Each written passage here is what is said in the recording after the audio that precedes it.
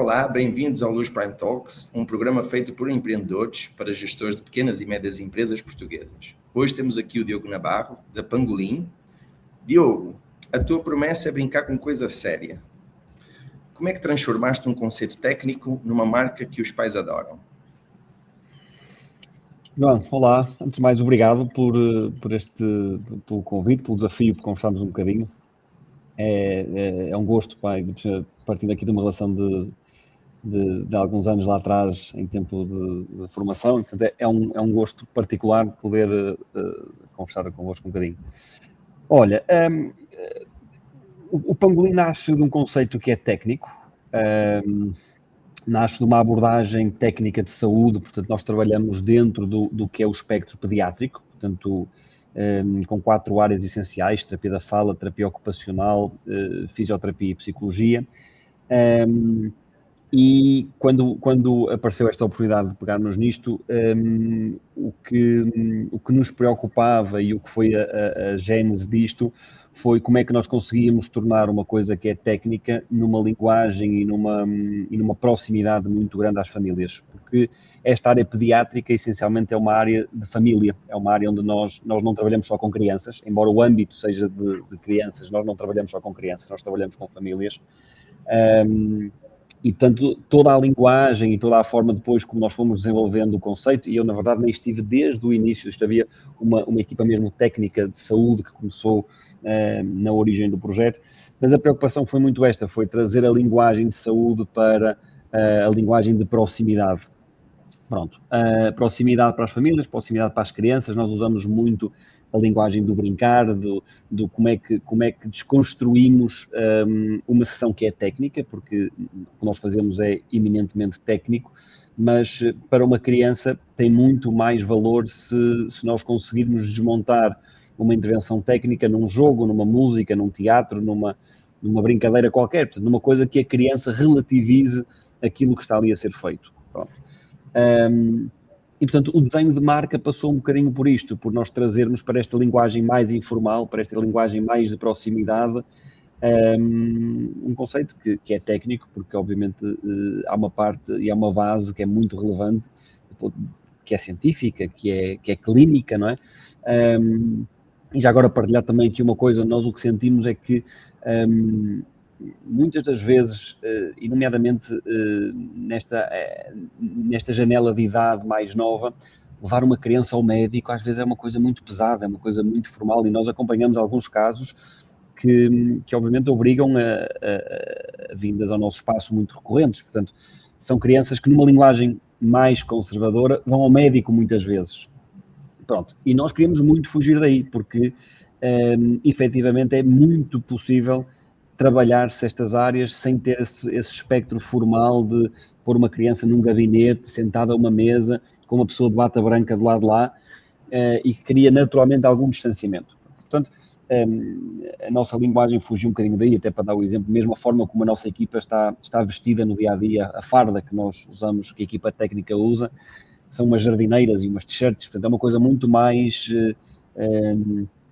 muito mais de proximidade, muito mais informal, muito mais de quem está preparado para ir brincar com a criança do que propriamente de ir fazer uma consulta médica com aquela criança. Pronto. E, portanto, o percurso e a linguagem e a marca vêm um bocadinho desta forma de pensar e desta forma de olhar para a intervenção médica, para a intervenção clínica. Muito bom.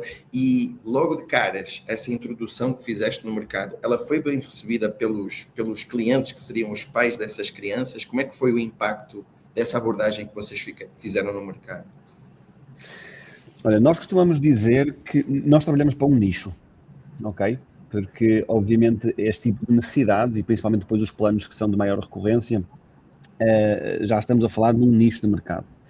Agora, o que nós também entendíamos, e na verdade as 4 coordenadoras da área, que é que nós chamamos, que foram as fundadoras do projeto, sentiam que havia muitas famílias que já procuravam este tipo de abordagem. E, portanto, do ponto de vista da receptividade, eu acho que sim, eu acho que isto foi muito bem recebido desde o início. Aliás, eu acho que quem nos procura já vem também à procura deste tipo de comunicação, deste tipo de abordagem, deste tipo de proximidade às crianças. E, portanto, eu acho que sim, eu acho que o público entendeu muito bem o que nós tentamos fazer do ponto de vista da linguagem, e acho que não só entendeu, como já havia essa procura. Não sei se havia resposta no volume necessário, mas eu acho que já havia famílias que procuravam este tipo de caminho. Boa. E me diz uma coisa, Diogo, a Pangolim hoje tem 2 espaços, né? No Porto e na Póvoa, salvo erro. Por que surgiu essa necessidade de expansão? Olha, o projeto nasce na Póvoa. É uma cidade, pronto, eventualmente até acho que tu já conhecerás, uma cidade um bocadinho mais pequenina, ainda, pronto, aqui na zona norte, muito perto do Porto, estamos a falar de 20 minutos de distância. E o projeto começa lá porque quando começou, no fundo, as 4 pessoas que se especializaram na área pediátrica, numa fase de arranque de negócios, como é perfeitamente normal, começaram num espaço mais pequenino, havia 2 pessoas da equipa que eram da Póvoa de Varzim e, portanto, foi mais fácil criar a base a partir de um local que era perto de casa e que era mais funcional numa fase de arranque. O que aconteceu foi que, à medida que o projeto foi tendo alguma expressão, foi ganhando alguma dimensão, começou a ser notório que havia vantagens e que havia um potencial grande em trazer para o Porto, porque o mercado obviamente é maior, mesmo aquilo que falávamos há bocadinho da linguagem e deste tipo de abordagem, era muito procurado também aqui no Porto, e foi aí até que nós entramos, na verdade, foi quando fizemos esse estudo de perceber como é que poderíamos desenhar o plano de evolução do negócio. Então, foi aí que entramos na sociedade para, no fundo, fazer 2 coisas, eu diria 2 coisas em paralelo, e que estamos exatamente neste momento a terminar essa fase. Havia um primeiro objetivo que era abrir um sítio de referência no Porto, e foi isso que fizemos em abril deste ano, e abrimos então o Pangolim no Porto. E tivemos também a preocupação de reformular, dar outro ar, no fundo, ao espaço da Póvoa, e terminamos há 2 dias, vamos abrir agora na segunda-feira, o espaço já com a obra feita e, portanto, com um alinhamento de imagem, um alinhamento de espaço, mesmo do ponto de vista de equipamentos técnicos, há alguma proximidade entre o espaço da Póvoa e o espaço do Porto. Portanto, a Póvoa dá-nos resposta ao nosso ponto de origem, onde de facto já temos 3, 4 anos de trabalho, e onde as pessoas já reconhecem o sítio como sendo de referência. O Porto veio-nos abrir a porta da escala, portanto veio-nos abrir outra dimensão, outra visibilidade. Portanto, no fundo eu acho que os 2 espaços desempenham, do ponto de vista estratégico, um papel muito importante, cada um à sua medida, cada um com as suas funções, mas são muito complementares. E estamos muito contentes em poder dar o contributo numa cidade um bocadinho maior como o Porto, mas mantendo aquilo que é a origem do projeto na Póvoa, onde sabemos que temos muitas famílias que já têm uma ligação grande com a equipa, com o que nós fazemos, e também não queremos de maneira nenhuma deixar cair isso, nem defraudar essas expectativas, nem no fundo também deixar para trás pessoas que numa fase inicial foram muito relevantes no Pangolim, porque a origem veio dessa primeira fase, desse negócio mais pequenino, ter corrido bem, e portanto também não nos podemos esquecer de quem, numa fase onde pronto, era apenas uma ideia, houve gente que acreditou naquilo que se fazia no Pangolim, e nós também não nos podemos esquecer disso. Boa, me parece, pelo que eu entendo da tua resposta, que vocês não quiseram fazer com a entrada do Diogo, com a tua entrada na sociedade, um movimento de ruptura, pelo contrário, foi um movimento de evolução. Ou seja, estamos no patamar 1, queremos passar para o próximo degrau e vamos abrir um espaço mais amplo, com um mercado mais amplo, como é o mercado do Porto. Mas existe um desafio de negócios que começam a abrir 2, 3 filiais, digamos assim, que é o desafio da padronização dos processos, né? Das regras do negócio, da cultura do negócio Pangolim. E aí eu te digo, que desafios tu passaste nesse movimento, e se existem hoje ainda essa preocupação de manter um padrão de atendimento igual no Porto ou na Póvoa, ou se foste num tipo de abordagem diferente, de, olha, num espaço é focado num tipo de atendimento, no outro espaço é focado noutro tipo de atendimento, mas tudo isso está padronizado, as pessoas sabem o que precisa ser feito. Porque o que eu vejo no mercado, Diogo, é que tem empresas que se preocupam muito com os processos, inclusive algumas deixam tudo manualizado por escrito, e tem outras que dependem mais das pessoas que estão por trás. Dependendo do líder ali da filial, atua-se de uma determinada forma. Como é que tu vês essa forma de atuar no caso da Pangolin? Olha, essa pergunta é muitíssimo pertinente e nós internamente discutimos-la muitas vezes. Porque, ou seja, não tanto do salto da Póvoa para o Porto, e posso partilhar um bocadinho o que é que fizemos nessa medida, mas muitas vezes na discussão de o que é que poderiam ser próximos passos, mas em que medida é que esses próximos passos também trazem alguns riscos e se queremos ou não correr esses riscos. Mas respondendo então à pergunta da Póvoa para o Porto, a ideia, e ponto base muito importante, e tu referiste, a ideia foi de continuidade, ok? Portanto, não houve intenção de fazer ruptura em coisa nenhuma, nem do ponto de vista da abordagem técnica, nem do ponto de vista da equipa, nem do ponto de vista da linguagem, nem do ponto de vista da imagem. Pelo contrário, a obra que fizemos agora no Espaço da Póvoa foi com o objetivo de aproximar os dois espaços, de aproximar as mesmas valências, de aproximar os equipamentos, de aproximar condições. No fundo é um bocadinho isso. Na prática, o que é que isto quer dizer? Nós temos a mesma coordenação nos dois espaços. Ou seja, a nossa coordenadora, não interessa, a terapia da fala, é a mesma coordenadora da Póvoa e do Porto. Ok? E depois, debaixo da coordenação, está montada uma equipa e a própria equipa, na grande maioria dos casos, também faz Porto e Póvoa. Ok? Portanto, a forma de garantirmos que tínhamos uma forma transversal ou mais transversal possível de atuação foi ter, inclusive, as mesmas equipas a trabalhar nos dois sítios. Haverá uma outra exceção, porque também é verdade que temos alguns profissionais, por razões de logística e deslocação, estão mais num sítio ou mais noutro, mas a abordagem é exatamente a mesma. Agora, a pergunta que tu colocas é muito pertinente até numa óptica de escala, porque o nosso negócio é um negócio de pessoas.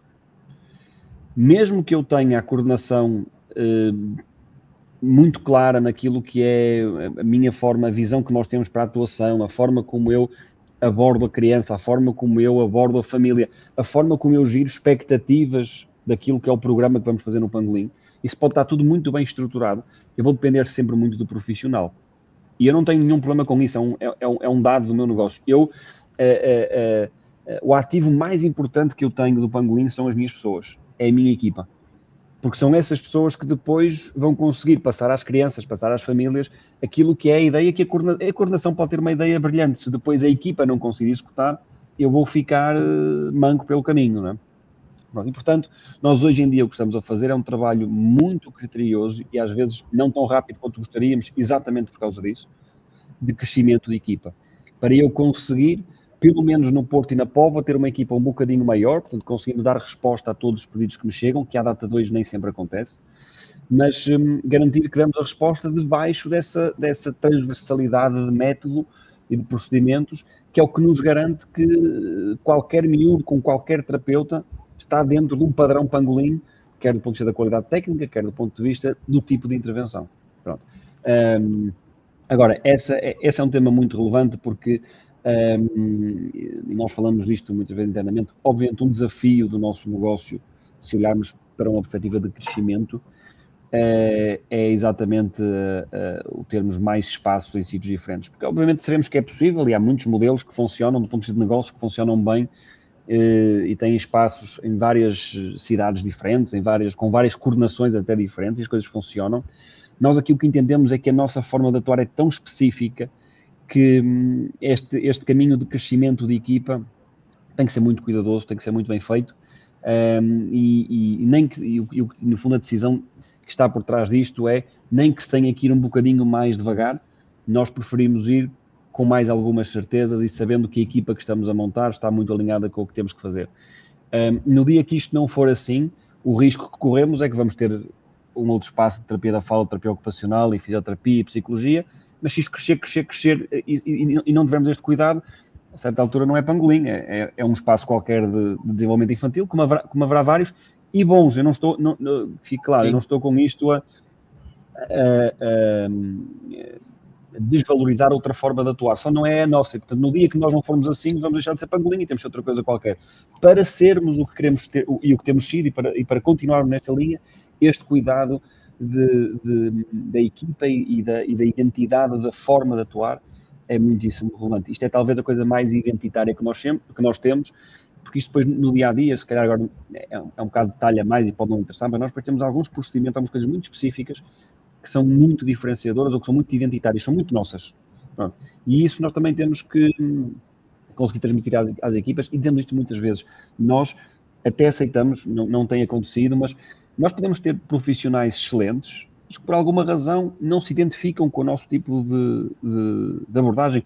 Do ponto de vista técnico, a nossa abordagem é muito exigente, porque obriga a que o terapeuta esteja disponível para brincar, para ir para o chão, para cantar, para ir para dentro de uma piscina de bolas. Há técnicos que podem ter outra abordagem, que não é esta, que é uma abordagem mais sentada, mais de cadeira, e está tudo certo, só não é o nosso caminho. E, portanto, eu quando recruto alguém, eu quando faço crescer a equipa, também tenho que ter a consciência que tenho que gerar esse conforto na pessoa que estou a contratar, e, portanto, essa pessoa tem que vir confortável com esta forma de olhar para as terapias. Se não, é um perfil diferente, que não é o nosso, está tudo certo, mas que de facto não tem tanto enquadramento na nossa forma de atuar. Portanto, é muito relevante essa questão da escala e de padronizar. Isto obviamente não pode ser demasiado padronizado, porque cada profissional e cada criança é uma criança, cada profissional é um profissional, cada família é uma família, mas efetivamente nós temos de ter um trabalho muito cuidadoso, muito criterioso sobre esta questão da equipa, de crescer, para não permitirmos que se desvirtue mais aquilo que é o que nós temos de mais identitário. Faz muito sentido a tua resposta e eu encontro vários paralelos com outros negócios que nós conhecemos. Primeiro, a tua preocupação com a construção da marca. E essa construção da marca às vezes se perde quando o gestor que está por trás, a pessoa que cria a marca, não tem bem claro essa identidade e esse foco, essa forma de atender o cliente final. Porque, no fundo, a marca constrói-se com esse âmbito de atender o nosso cliente. E aí eu vejo que o teu foco é de sustentabilidade. Então, primeiro queres garantir que as operações no Porto e na Póvoa estão dando aquilo que se comprometeram aos teus clientes, e dali vais iniciar uma nova construção de equipes, e cada equipa vai ser responsável por uma nova lógica de uma futura expansão que vocês possam ter no radar. E aí tu me deste uma deixa ótima, Diogo, para falar de ti como gestor. Nós estudamos juntos na Faculdade de Economia do Porto, és economista de formação, e acredito que vais concordar comigo quando eu digo que nós não saímos economistas da faculdade. Nós temos um ótimo embasamento teórico, académico. A FEP é uma faculdade, uma universidade de referência, mas as tratativas, a experiência, ela é feita no campo, na administração da empresa. E tu entraste nesse projeto para fazer a parte de administração, és sócio-gerente do projeto, e aí eu te pergunto, operacionalmente, tu geres uma equipe que tem terapeutas, tem psicólogos, fisioterapeutas, isso é difícil para ti? Tiveste que passar por algum processo? Tiveste alguma dificuldade? E como é que tu fazes para liderar esse tipo de perfis que não tem a ver com o nosso perfil de formação, que é a economia? E nós não aprendemos sobre isso, sobre a liderança de equipas na universidade. Como é que foi esse desafio para ti? Olha, o desafio de gerir pessoas é talvez das coisas mais, perdoando a repetição, das coisas mais desafiantes que existem, não é? Porque, efetivamente, cada pessoa é uma pessoa, cada pessoa traz consigo uma visão e uma forma de olhar para o negócio que pode ser diferente. E, portanto, é um desafio, até porque a equipa de fundadoras são quatro técnicas clínicas, e eu agora, quando entrei, portanto, trouxe a parte de gestão, e entrou comigo um outro sócio meu que é médico.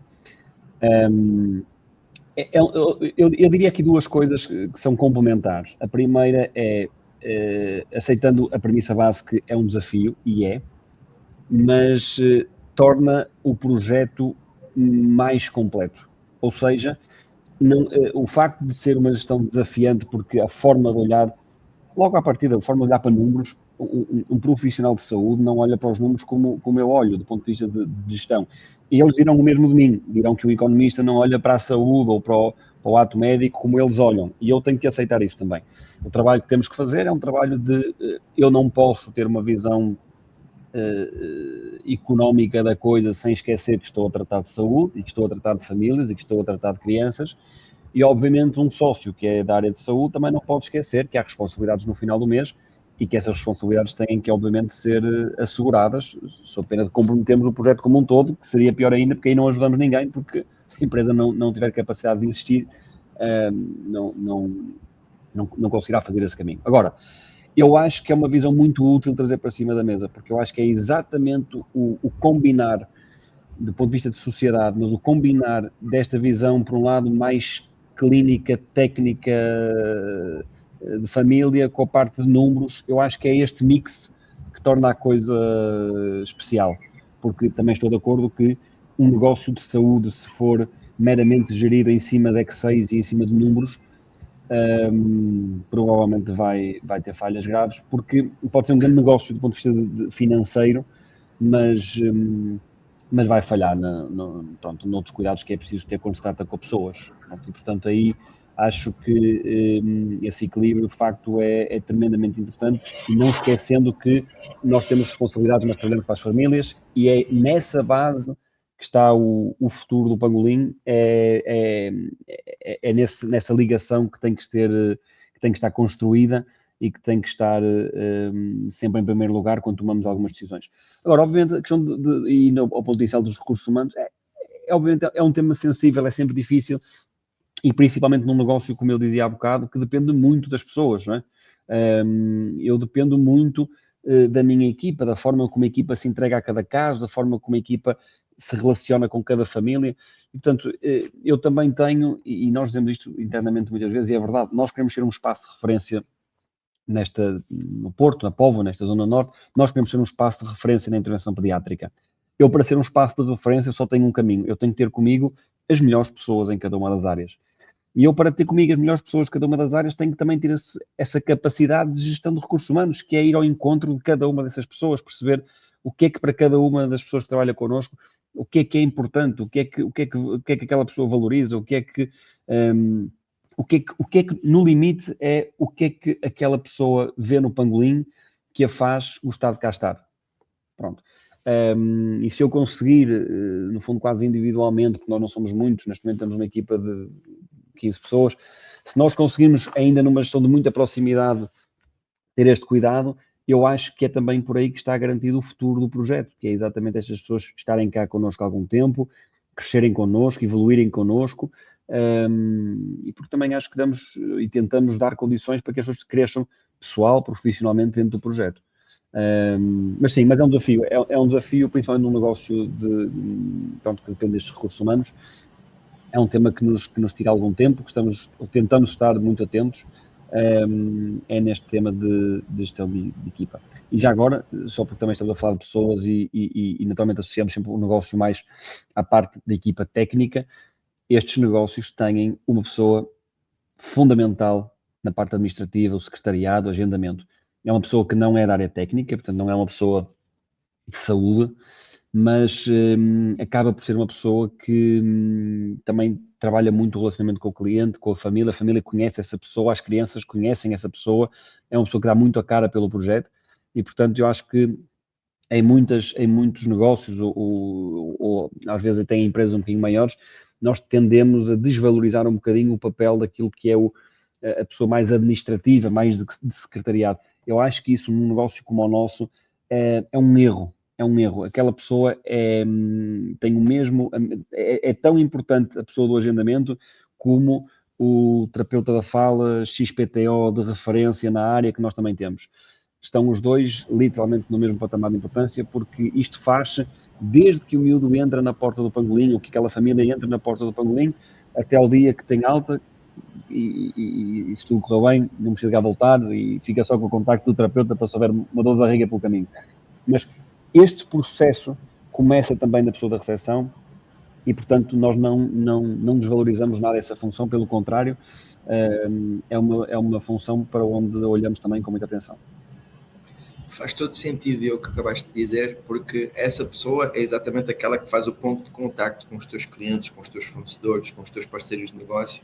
E o que eu vejo é que em alguns casos nós vemos grandes marcas que fazem investimentos gigantes em lojas, em shoppings, em lançamentos, e gasta-se muito dinheiro em capital físico, e às vezes a pessoa que nos recebe já nos desaponta. Nós, como clientes, entramos num novo espaço de uma grande marca mundial de roupa, e às vezes não somos bem tratados ou da forma adequada, temos ali um estagiário que não foi formado, para nos tirar uma dúvida básica que essa pessoa nem nos sabe tirar. Eu vejo que tens essa preocupação com as pessoas, entendeste que as pessoas são o grande diferencial, a grande força do teu negócio, são o desafio, mas esse desafio pode ser transformado na maior força do teu negócio, e aí dás-me uma deixa para dar outro questionamento, que é o seguinte: essa formação das pessoas, tu pensas fazer dentro de casa, ou seja, vais funcionar como um formador, como uma escola de formando essas pessoas de fisioterapia, de clínica, terapia de fala, terapia ocupacional, até a parte ali de atendimento, mais comercial, de administrativo, ou tu pensas ir no mercado e buscar pessoas de referência já prontas para ajudar a consolidar esse projeto futuro eventual de expansão? Olha, nós, pelas características que eu já fui partilhando, nós temos sempre alguma necessidade de fazer essa formação interna. Ou seja, o que eu consigo ir buscar fora é uma pessoa que vem do ponto de vista técnico, bem preparado, do ponto de vista técnico, é uma pessoa conhecedora, é uma pessoa atualizada do ponto de vista dos procedimentos, do ponto de vista das técnicas.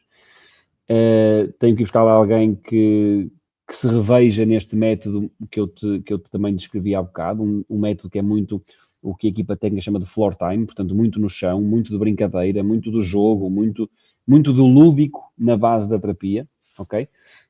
Mas depois eu tenho sempre que ter um período de formação interna, porque é aí que eu garanto que esta pessoa, no fundo, o que eu preciso trazer é, no fundo, as características têm que vir com a pessoa, e depois eu tenho que fazer o trabalho, misturar aquelas características todas, e tenho que dar um profissional pangolim, no fundo, vamos chamar assim, não é?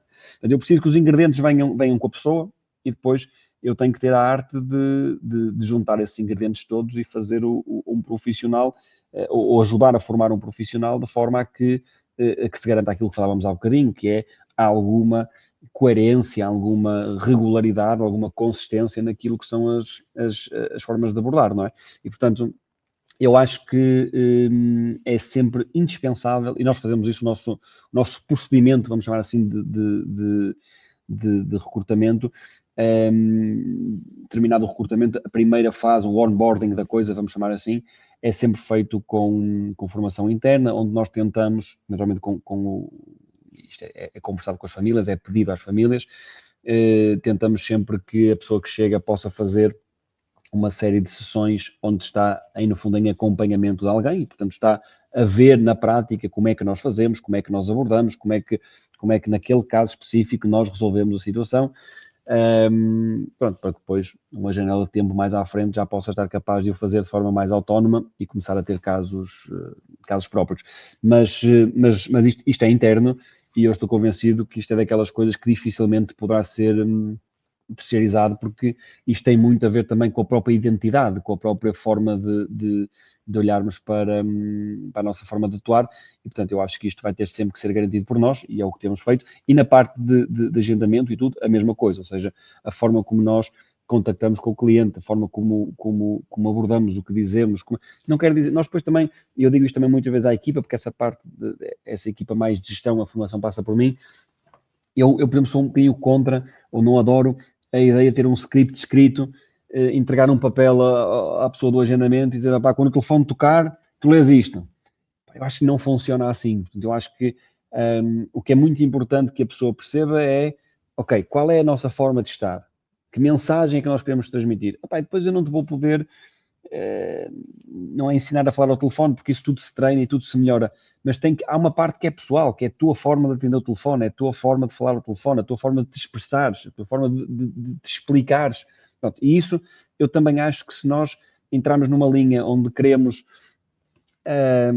padronizar o atendimento, para isso então temos que ir, e agora já há ferramentas para isso, arranjar a inteligência artificial, que se calhar, se for para cumprir um guião, se calhar vai fazer isso melhor que nós, e portanto, mas nós não estamos aí, não queremos estar, voltando até um bocadinho à pergunta inicial, nós somos muito um negócio de proximidade, muito um negócio de relação, e portanto eu só tenho que garantir é que a minha equipa sabe a mensagem que tem que transmitir, a linguagem que queremos transmitir, como é que nos queremos posicionar com a família, como é que nos queremos posicionar com a criança, e depois naturalmente tem que haver espaço para cada um fazer isto um bocadinho na sua zona de conforto e na sua forma natural, até sob pena de, a certa altura, a coisa ser muito não sei se artificial é a palavra, mas muito forçado, muito pouco natural, o que também não nos interessa, não é aí que queremos estar.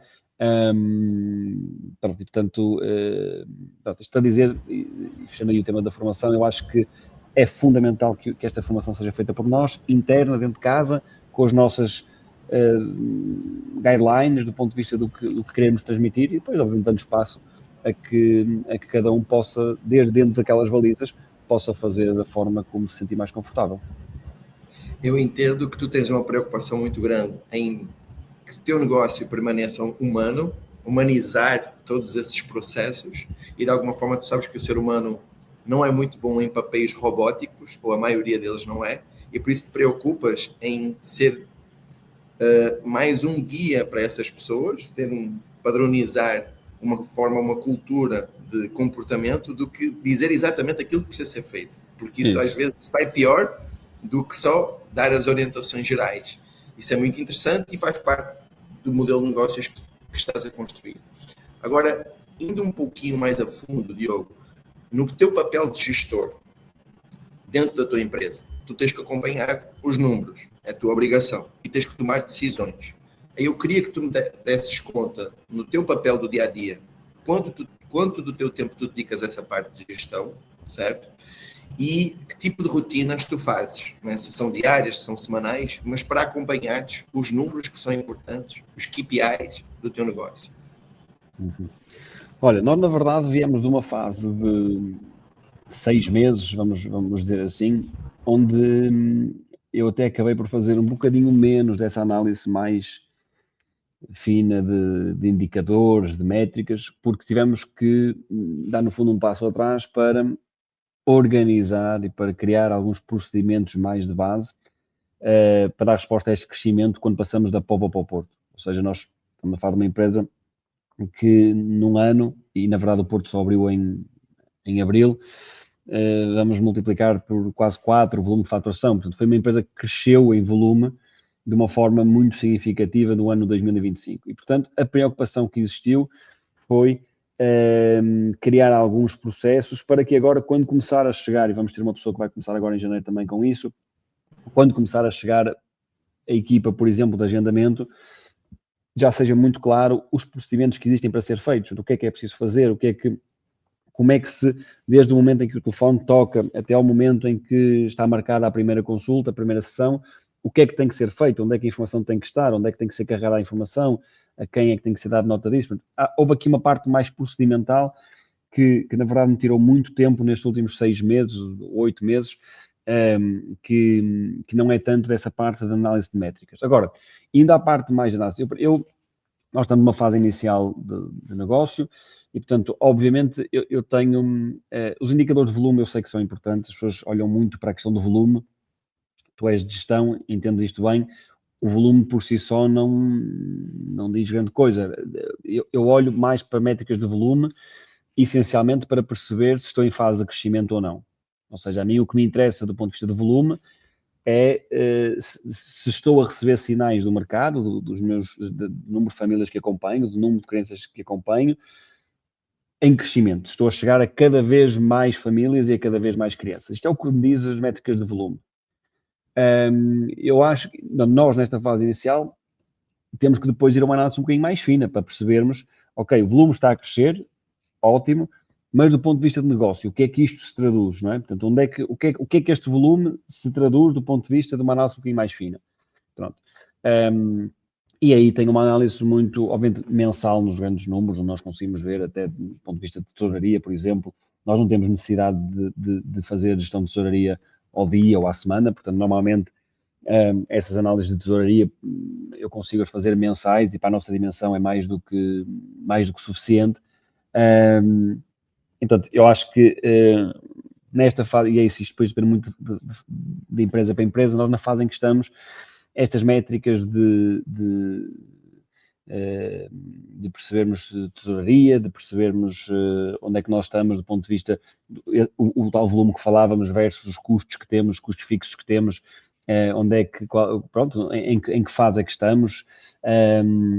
Eu acho que isto, na verdade, acaba nesta fase inicial por ser o foco principal. Portanto, não temos ainda uma estrutura e uma dimensão que nos obriga a ter uma análise muito fina de muitas métricas, de muitos KPIs. Pronto, essencialmente interessa-me isto, interessa-me volume, por um lado, porque me sinaliza o sentido do meu negócio, e depois uma análise mais fina de resultado, para perceber como é que tenho que gerir do ponto de vista de custos a estrutura que tenho. Pronto.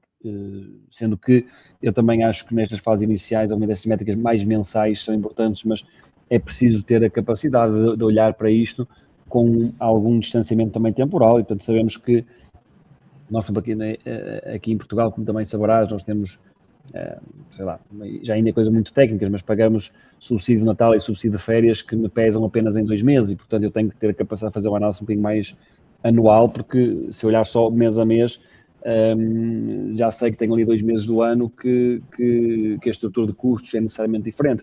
Pronto, portanto, obriga a ter aqui algum acompanhamento mais mensal, mais de curto prazo, mas também não esquecer que há uma visão um bocadinho mais alargada que é preciso manter. Pronto, e é um bocadinho isso que nos preocupa nesta fase. Nos preocupa no sentido que nos dá, que nos tira tempo de análise, é um bocadinho este trabalho. Faturação, porque me dá volume, porque me dá a indicação do crescimento, a parte mais curto prazo mensal, e depois uma lógica mais anual para perceber onde é que estaremos daqui a um ano. Nós gostamos de fazer esse trabalho, gostamos de ter essa capacidade de antecipar um bocadinho volumes, margens, de onde é que o negócio vai estar daqui a um ano. Pronto, e portanto, no fundo, diria que são estas 3 coisas que nos tiram tempo do ponto de vista de análise de negócio. Boa, Diogo. Então, o que eu entendo da tua resposta é que tu consegues medir os números essenciais do negócio, faturação, despesa, lucro líquido, isso é muito importante. E eu digo isso porque eu vejo que boa parte das pequenas e médias empresas não tem alguém academicamente formado ou com conhecimento para fazer ali o beabá de um negócio, que é exatamente esse, saber qual é a performance da sua empresa, do seu projeto. Então eu vejo que tu tens essa preocupação, no entanto, tu vês isso de uma forma muito prática e simples. Olha, eu vou dedicar o mínimo de tempo possível a isto aqui, para saber a performance do meu negócio. Eu não preciso ficar ali no computador preenchendo o meu Excel ou o meu sistema, se isso não está sendo útil aos resultados da minha empresa. Então, tem que haver um equilíbrio entre o tempo dedicado à gestão e o que é que aquilo traz de resultado à operação. E aí, Diogo, deixa eu te fazer uma pergunta. Hoje, no teu negócio, que sistemas de gestão tu usas? O que é muito importante para ti? Tá? E o que é que disso tu compartilhas com a tua equipe? Tá? Olha, nós usamos, do ponto de vista de programas, nós usamos 3 coisas simples, diria, assim de grosso modo. O que é importante? Nós temos uma plataforma de agendamento, ou seja, onde eu tenho registado tudo o que é parte de cliente, as reservas, as marcações, os programas regulares que temos. Portanto, é um programa de agendamento puro e duro. Nós optamos por não ter nesse programa de agendamento o nosso programa de faturação. Portanto, nós fazemos faturação por um programa de contabilidade. Ok? Portanto, a segunda plataforma é essa, é um programa de contabilidade. E depois, alguns mapas meus de gestão baseados em Excel. Pronto, o negócio é isso, não é um negócio ainda enorme, e portanto, eu entre a minha plataforma de agendamento, o meu sistema de contabilidade e os meus Excels, 2 ou 3, não tenho mais, não é necessário, eu tenho a solução de quase tudo. Portanto, tenho todos os dados que preciso para eventuais tomadas de decisão. Perguntando-me o que é que eu partilho. Olha, essa pergunta também é interessante porque à medida nós temos uma reunião de direção semanal, portanto, que estipulamos como semanal agora até ao final do ano. Não sei se numa janela de 6 meses, se calhar até poderá passar a ser quinzenal, se calhar não há necessidade de ter uma periodicidade semanal. E como parte dos meus sócios são da área de saúde, eu fiz um trabalho de redução de métricas, de números para as reuniões de direção. Ou seja, o que eu me preocupo do ponto de vista da partilha de informação é alguns grandes dados, alguns grandes números, mais para que a equipa também tenha uma noção em que fase é que estamos, não é? E depois, no fundo, de forma mais padronizada, no fundo, vou-lhe chamar um report mensal, com aqueles 4 ou 5 dados grandes que nós temos que acompanhar, e aí é partilhado. Se houver dúvidas, depois é discutido, mas não deixei de ter, no fundo, um ponto muito regular e muito extenso, de muita análise de números nessas reuniões, porque acho que, pronto, do ponto de vista até do output que se tira, o importante foi explicar quais são os grandes dados que nos interessam analisar. A partir daí está entendido, vai-se partilhando para que as pessoas possam olhar, possam acompanhar, mas não opto por grandes, por muito tempo perdido à volta de Excel e de mapas e de gráficos, porque nós não temos todas as mesmas funções, não temos todas a mesma sensibilidade, e também interessa-me depois é tirar o sumo do que são esses dados principais e partilhá-los com a recorrência para que haja o conhecimento da fase do negócio. Mas basicamente hoje é o que estamos a fazer, portanto é apenas uma partilha de números muito gordos e depois uma vez por mês um relatório mais detalhado, mas para consulta, e depois se houver dúvidas é discutido. Tu focas na efetividade, digamos assim, como gestor, tu preocupas-te em passar o básico, que é aquilo que aquela pessoa precisa, para, digamos assim, mexer ali nos ponteiros dos resultados.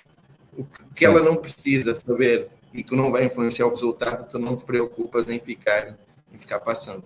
Eu acredito também nessa forma de gerir os negócios e acredito que seja que esse foco na efetividade é o que traz mais tranquilidade para a equipe dentro dessa liderança que tu tens ali de gestão e de administração da tua empresa, e que tem mais influência nos resultados.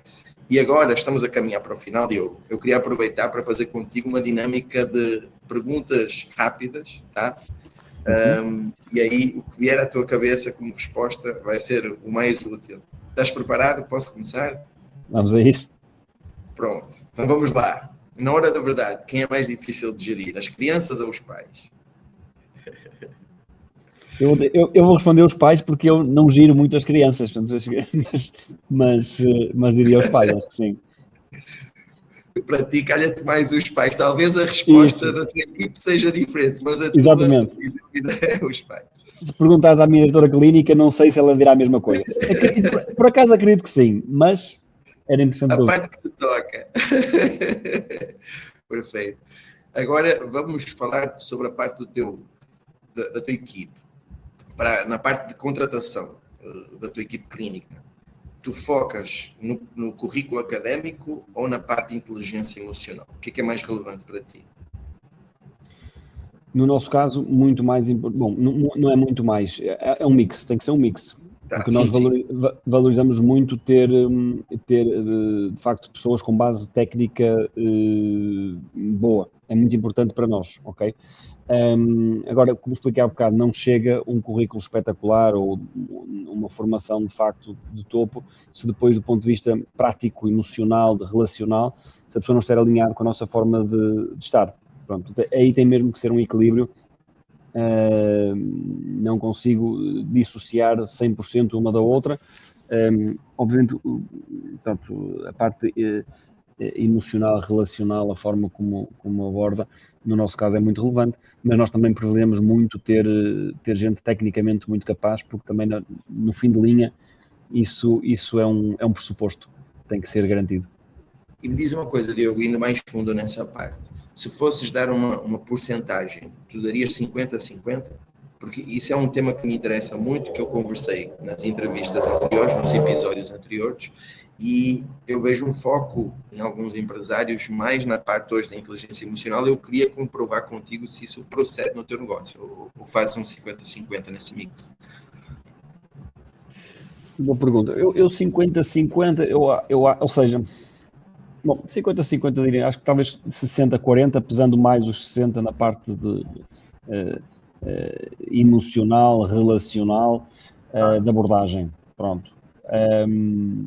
Mas, como dizia, nós valorizamos também muito alguém que seja tecnicamente relevante. Isso para nós é muito, tecnicamente bem preparado, isso para nós é relevante. Temos que conseguir juntar as duas coisas e por isso é que dizia também há pouco, o recrutamento para nós é uma área de desafio, porque efetivamente não é fácil encontrar este tipo de pessoas, precisamos de gente bem preparada, gente tecnicamente muito conhecedora. Nós estamos a falar da área de saúde, a área que envolve conhecer bem técnicas de abordagem, conhecer bem as diferentes patologias, os diferentes casos que podem aparecer. Nós trabalhamos com um espectro muito largo de miúdos, desde intervenções mais simples de fala, até miúdos que podem ter autismo, alguns síndromes mais raros. Mesmo dentro do espectro do autismo, há uma diversidade enormíssima de intervenções. E, portanto, nós também precisamos ter gente tecnicamente muito capaz. Eu diria 60-40. Boa. Obrigado, Diogo. Perfeito. Para decidir o próximo passo da Pangolim, confias mais na tua intuição ou nos dados dos teus relatórios gerenciais? Olha, eu sou muito racional, ok? Gosto muito de números, gosto de ter suporte em dados. Ainda assim, eu acho que a decisão final, o momento da decisão, tem que haver intuição. O gestor tem que ter intuição, porque faz um pouquinho parte da definição, não há negócio sem risco, eu não conheço nenhum. Se não houver risco, não é negócio, não é? Há de ser outra coisa qualquer. Pronto, mas, portanto, para ser negócio tem que haver risco. E, portanto, o que isto quer dizer do ponto de vista prático é muito difícil, se tu quiseres só estar suportado no Excel que tem que dar verde, é muito difícil encontrares algum caminho que esteja sempre 100% garantido como de sucesso. E, portanto, eu acho que no final de linha é preciso ter bons indicadores, é preciso um business plan que te dê bons sinais, mas na hora de assinar o papel tem que haver uma intuição de gestão, eu acho. Eu me identifiquei nessa tua resposta, me permite eu usar um pouquinho aqui de tempo, porque eu também vejo que nós, gestores de empresas, nós somos formados e orientados a pensar no nosso negócio como uma ciência exata, em números, tem dados. Mas o negócio tem uma parte mais criativa, mais artística. Nem tudo está pré-determinado, nem tudo são dados. Tem esse fator de pessoas, tem esse fator de imprevisto, de risco, que não pode ser previsível, não é previsível. Então, essa intuição acho que ajuda nesse momento. E achei interessante a tua resposta em termos de decisão final, está lá. Tu sabes que essa componente de intuição tem a pessoa com o perfil de assumir riscos, tem a pessoa que não é de perfil de assumir riscos e tu estás ciente disso. Perfeito. Mesmo assim, temos aqui mais uma pergunta, Diogo, que quero deixar de fazer para ti. O verdadeiro sucesso empresarial, para ti, é ter a agenda cheia ou ter a agenda livre? A minha pessoal, desculpa, eu não percebi, vi um corte e não percebi a pergunta, não ouvi a pergunta toda. Vou repetir, Diogo. Sob o teu ponto de vista pessoal, certo? Tu, como gestor do teu negócio, o que é para ti ter sucesso?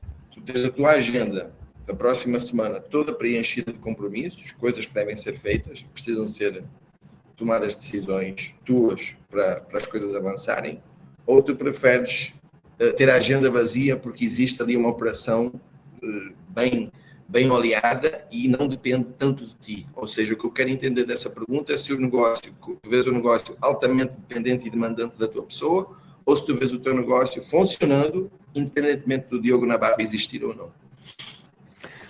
Olha, eu acho que do ponto de vista de gestão, eu acho que se tivéssemos, mais uma vez, acho que a resposta certa há de estar alguns no meio desses dois pontos, mas idealmente eu acho que se nós conseguirmos construir um negócio que dependa menos ou dependa pouco de uma pessoa ou da pessoa de gestão, eu acho que é um sinal de saúde do negócio. Ou seja, se tu conseguires ter um negócio em que o gestor consegue, no fundo, tirar a fotografia e acompanhar o negócio só estando no fundo, numa posição de acompanhar, mas não ter que estar dependente eu acho que é um sinal de saúde, porque acho que os negócios serão sempre mais seguros quanto menos dependerem de uma pessoa, seja ela o gestor ou outro qualquer. Portanto, se nós conseguirmos ter menos dependência e no fundo, a estrutura como um todo segurar um negócio, eu acho que do ponto de vista de saúde do negócio estaremos sempre melhor preparados. Agora, também acho que, e mais uma vez, depois permitimos de negócio para negócio, no nosso caso, se houver um distanciamento, mesmo que seja possível, mas haver um distanciamento demasiado grande, eu acho que se vai perder também alguma questão de proximidade. Nós no Pangolim, as pessoas gostam de saber quem nós somos. Mesmo no agendamento, não é eu falei com a assistente, não, eu falei com a Luísa, ou com a Teresa, ou com o João. O terapeuta não é só o terapeuta, não sei, é a Joana, é a Rita, é a Sara, são as pessoas. E, portanto, se nós fugirmos muito daqui, também acho que no nosso caso concreto vamos desvirtuar. Portanto, é importante ter meia agenda cheia e outra meia com flexibilidade para o que for necessário. Mas já agora dizer-te até uma coisa sobre o negócio, não sobre a figura do gestor, mas sobre o conceito de Pangolim. Nós, uma das regras que temos internamente, e temos discutido isto com algum cuidado, a nossa equipa tem em agenda marcada horas disponíveis, onde não marcamos consulta direta, exatamente porque acreditamos que para fazer o trabalho que fazemos precisamos de ter tempo para preparar as sessões, de ter tempo para estudar os casos, de ter tempo para discutir o caso entre a equipa. E, portanto, nós, no horário de base da equipa, nós temos temos horas de reunião departamental, temos hora de reunião clínica, portanto, multidisciplinar, para eu poder ter um momento com o miúdo que faz 3 ou 4 valências diferentes, eu poder ter aquela equipa reunida a discutir aquele caso. E depois ainda temos o que nós chamamos de hora indireta, que é hora de preparação de sessões, de criação de material. Nós, como falei no início, nós vamos muito no jogo, na brincadeira, no livro. Isto obviamente obriga a tempo e, portanto, nós também temos em agenda essas horas disponíveis para que a equipa consiga preparar e criar materiais. Eu acho que isso, obviamente, é um esforço do ponto de vista de gestão, porque são horas que podiam ser, no fundo, vendidas, embora nós não gostamos do termo, mas é isso mesmo, e não são, mas que faz parte da nossa forma de atuar e da forma como nós achamos que devemos entregar uma determinada sessão. Portanto, também aí nós não trabalhamos com agenda 100% cheia e às vezes com custos de gestão, financeiros, mas porque acreditamos que é a forma certa de fazermos o caminho. Muito bom, Diogo, gostei muito da tua resposta. Agora, para terminar, Diogo, eu tenho feito esta pergunta nos últimos episódios também do Luz Prime Talks e tem a ver com a questão da liberdade de escolha. E, no meu ponto de vista, é algo que assola uma boa parte dos donos de pequenas empresas em Portugal. E aí eu queria que tu imaginasses que estás à frente de um gestor que está neste momento afogado em tarefas operacionais, sem tempo para a família, sentir que a empresa é uma prisão, ele se sente aprisionado dentro da sua própria empresa. E, em vez de visualizá-la como um veículo de liberdade, de geração de riqueza. E aí, no teu caso, hoje, nessa fase em que tu estás atual, que tipo de conselho prático tu darias para essa pessoa que se sente dessa forma? Olha, eu acho que, bom, ponto 1, mais ou menos, depende muito do negócio, mas na grande maioria dos negócios, eu diria que não se vai... Há uma frase genérica que diz, se queres ir rápido, vai sozinho, se queres ir longe, vais ter que ir acompanhado. E eu concordo um bocadinho com isso nos negócios, ou seja, para fazer bem feito, para fazermos com cuidado, para fazermos com o tempo necessário, é preciso ter gente, ter equipa competente e ter uma boa capacidade de delegar. E acho que é neste ponto que respondo ao que me perguntavas. Eu acho que o grande segredo é, obviamente, conseguir encontrar gente de confiança, gente em quem se possa confiar, em quem se possa partilhar funções e depois não ter medo de o fazer.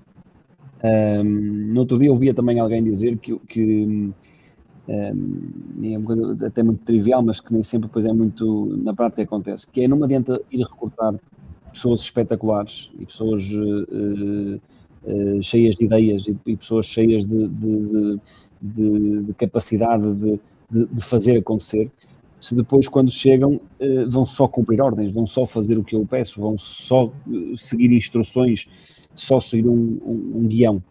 Portanto, é preciso também dar espaço para que quem chega, convém acertar no recrutamento, mas acertando no recrutamento e acreditando que a pessoa é boa, é importante dar espaço para que essa pessoa possa trabalhar, porque foi exatamente isso que tu identificaste no momento de a recrutar, é que ela tinha alguma coisa diferente, alguma coisa de melhor, alguma coisa que a diferenciava. E, portanto, depois, na prática, é precisar um bocadinho de espaço para que isso se possa materializar. E, portanto, eu acho que o segredo é esse, é ter a sorte e o mérito também, mas a sorte de encontrar gente boa, trabalhar com gente boa e trabalhando com gente boa, ter a capacidade de delegar, de discutir, porque é isso que te vai libertar um bocadinho e é isso que vai permitir que, no limite, que a empresa também evolua, que tu tenhas tempo para olhar para outras coisas, seja a parte pessoal, se o gestor entender que tem essa parte um bocadinho em falta, mas mesmo do ponto de vista do negócio, é só delegando, só abrindo mão de alguns assuntos, é que tu vais ter capacidade para pegar noutros novos, outros se calhar mais importantes, ou até analisar outro tipo de oportunidades que possam surgir. Eu acho que é um bocadinho por aqui. É gente boa, muito, muito importante ter gente boa connosco, eu acho que isso é o truque, e depois, obviamente, tendo gente boa, gente confiável, poder partilhar responsabilidades. Muito bom, Diogo. Eu acho que tem muito conteúdo nas tuas respostas, vai ser muito útil para os nossos subscritores da Luz Prime. Quero aproveitar esse momento para te agradecer imenso. Nós temos uma amizade das antigas, dos tempos da FEB, então, como sempre, tu superas as minhas expectativas e por isso espero que seja só o primeiro de próximos encontros ao longo de 2026 e te agradecer e desde já também te desejar um ótimo ano para ti e para a Pangolim, tá bom? Amigo, obrigadíssimo. Olha, um gosto, mais uma vez, fecho com o que disse quando comecei.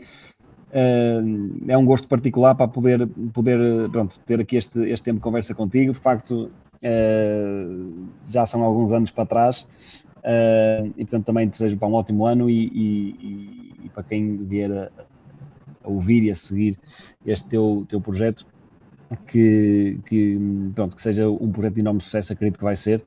E estou pelo menos a torcer por isso, pá. Muito obrigado, Diogo. Até a próxima, até breve. Um abraço grande e obrigado. Um abraço.